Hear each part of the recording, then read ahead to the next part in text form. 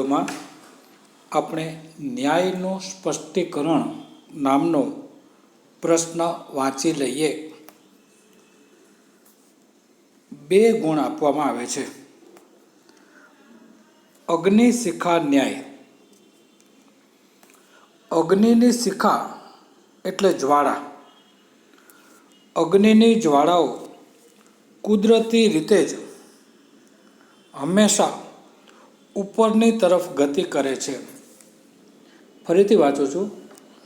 અગ્નિની શિખા એટલે જ્વાળા કુદરતી રીતે જ ઉપરની તરફ ગતિ કરે છે.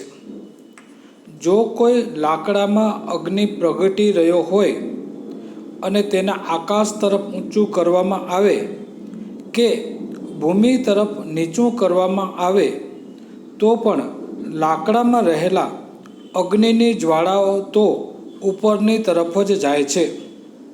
આ પ્રમાણે મનુષ્યએ પોતાનો કોઈ એક સ્વભાવ નિર્ધારિત કરી લેવાનો છે અને ત્યારબાદ અગ્નિની ઉર્ધ્વગામી એટલે વિરોધી ઊંધી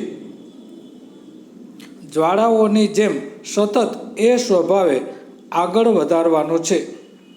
આમ મનુષ્યએ પોતાના શ્રેષ્ઠ સ્વભાવને હંમેશા જાળવી રાખવા માટે સતત તથા યોગ્ય પ્રયત્ન કરવાના હોય છે, જેથી અનુકૂળ કે પ્રતિકૂળ સંજોગો પણ તેના ધ્યેયને ચલિત કરી શકતા નથી. આ વાત દર્શાવવા માટે આ ન્યાય કરવામાં આવે છે. બીજું છે અવ્યાપાર વ્યાપાર ન્યાય. વ્યાપાર એટલે ક્રિયા, કાર્ય. સજીવ પ્રાણી વડે કરવામાં આવતી ક્રિયા કે કોઈ કાર્ય અથવા પ્રવૃત્તિને વેપાર કહેવામાં આવે છે. અહીં વેપારનો અર્થ ધંધો કે વ્યવસાય પણ કરી શકાય છે. પ્રત્યેક મનુષ્યની સ્થિતિ 2 પ્રકારની હોય છે. દરેક મનુષ્ય સર્વ પ્રકારના વેપાર કે પ્રવૃત્તિમાં નિપુણ બની શકતો નથી. દરેક મનુષ્ય કોઈને કોઈ વેપાર કે પ્રવૃત્તિમાં નિપુણ હોય છે. તેથી આ ન્યાય બોધ આપવામાં આવે છે. મનુષ્યનો પોતાને જે વેપાર કે પ્રવૃત્તિ હોય તેમાં જ તેણે પ્રવૃત્ત થવું જોઈએ, પરંતુ જે વેપાર કે પ્રવૃત્તિ તેની પોતાની ન હોય તેમાં તેણે પ્રવૃત્ત થવું જોઈએ નહીં. આ વિચારને મનુષ્યના મનમાં સ્થિર કરવા માટે આ ન્યાય યોજાય છે.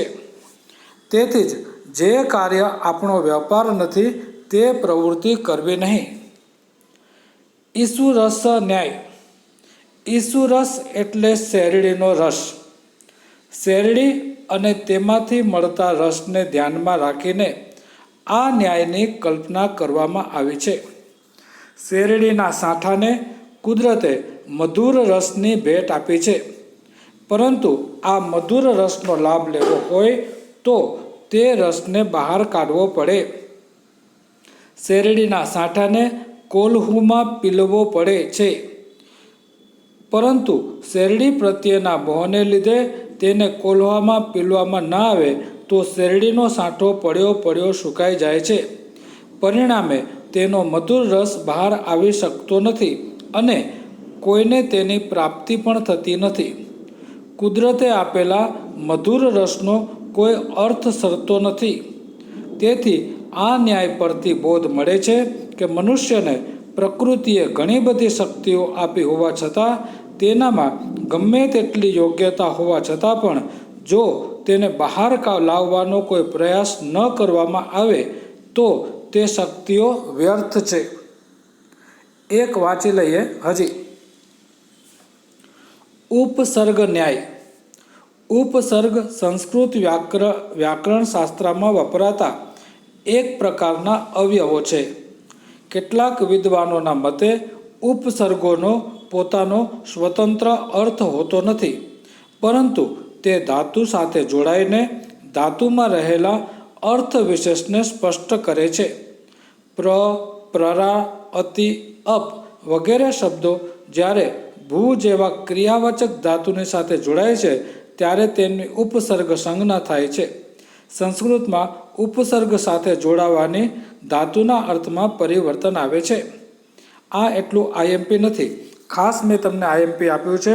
અત્યારે આ અવ્યાપાર અને વ્યાપાર ન્યાય, ઈસુરસ્ય ન્યાય અને અગ્નિશિખા ન્યાય 100% પ્રથમ કસોટીમાં આ ત્રણમાંથી પૂછાય જ જશે એવું મને લાગે છે. તો આગળ હજી જોવું હોય તો એક જોઈએ.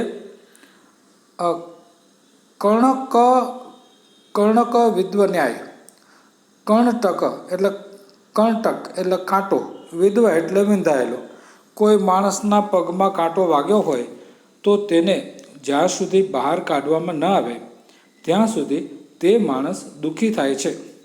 માટે કાંટાને પગમાંથી બહાર કાઢવો પડે છે. કાંટાથી જ કાંટો નીકળે, આ ઉપરથી આ ન્યાય પ્રચલિત થયો છે. જે વસ્તુથી માણસને દુઃખ મળે છે તે જ વસ્તુ તે દુઃખના નિવારણનું કારણ પણ બની શકે છે. લોહ ખૂબ મજબૂત ધાતુ છે, પરંતુ તેને કાપવા માટે લોઢું જ ઉપયોગી બને છે. સાપના ઝેરમાંથી જ સાપને ઝેર ઉતારવાની દવા બને છે. આ રીતે જેનાથી દુઃખ પ્રાપ્ત થયું હોય તે જ દુઃખને દૂર કરનાર બને છે. માણસને પીડા આપનાર કાંટો તેને લાભકારક પણ બને છે. જે ઝેરમાં માણસનું જીવન સમાપ્ત કરવાની તાકાત છે તે જ ઝેર માણસને જીવન પણ બક્ષે છે. તેથી આ ન્યાય સમજાવે છે કે અમુક બાબત નુકસાન કરે છે તેમ માનીને તેનો હંમેશ માટે નાશ કરવાની મૂર્ખતા માણસે કરવી જોઈએ નહીં. ચિત્રતુર ન્યાય. આ એક જો હોય તો જોઈ લઈએ. પણ પ્રથમ પરીક્ષા માટે તો મેં તમને કીધા જ છે. ચિત્ર એટલે કાગળ કે ભીત પર દોરેલું. ચિત્ર અને તુરગ એટલે ઘોડો. અશ્વ. કાગળ કે ભીત પર દોરેલા અશ્વ પરથી આ ન્યાયની કલ્પના કરવામાં આવી છે. એક વાસ્તવિકતા પ્રમાણે કાગળ અથવા ભીત પર દોરેલા અશ્વના ઘોડાના દેખાવ અને રૂપરંગ પરથી વાસ્તવિક અશ્વનું જ્ઞાન થાય છે. જેને અશ્વ વિશેષની જાણકારી ન હોય અને જેની પાસે અશ્વ ન હોય તેવો માણસ જો વાસ્તવિક અશ્વને વિશે જાણકારી મેળવવા ઈચ્છતો હોય તો તે માટે વાસ્તવિક અશ્વને લાવવો જરૂરી નથી. એની અનુપસ્થિતિમાં કે અપ્રાપ્તિમાં પણ કોઈ આવા જિજ્ઞાસુને વાસ્તવિક અશ્વની ઓળખ કે સમજ ચિત્રના અશ્વ દ્વારા આપી શકાય છે. આ પ્રકારે જ્ઞાન પ્રાપ્તિની યુક્તિનો બોધ આપવા માટે આ ન્યાય પ્રયોજાય છે. આમ અવાસ્તવિક સાધનના આશ્રયે વાસ્તવિકને સમજવાનો ઉપાય કરી શકાય છે એ દર્શાવવા માટે ચિત્ર તુરગ ન્યાયનો પ્રયોગ થાય છે. તો હવે આના પછીના વિડીયોમાં આપણે જલમંથન ન્યાય, નદી સમુદ્ર ન્યાય, રજ્જુ સર્પ ન્યાય, ઉષર વૃષ્ટિ ન્યાય આ બધો અભ્યાસ કરીએ. તો આપણે 2 દિવસમાં ખાસ તો શું જોયું એ જોઈ લઈએ. તો 2 દિવસમાં આપણે ખાસ તો જે શ્લોક છે 1 થી 5 પદ્યના એનું ગુજરાતી આપણે ખાસ યાદ રાખવાનું છે. પછી એના પછી ગુજરાતી ભાષામાં ગુજરાતી જવાબ એ પણ લખવાનું છે. પછી ન્યાયનું સ્પષ્ટીકરણ, પરિચયાત્મક નોંધ અને ખાસ તો MCQ જે આપણે ચોપડીમાંથી કર્યા છે એટલું તમે શક્ય હોય તો આજે એકવાર નજર કરી લો. ફરી મળીએ નેક્સ્ટ વિડીયોમાં. આભાર. Thank you very much. Gadar 2.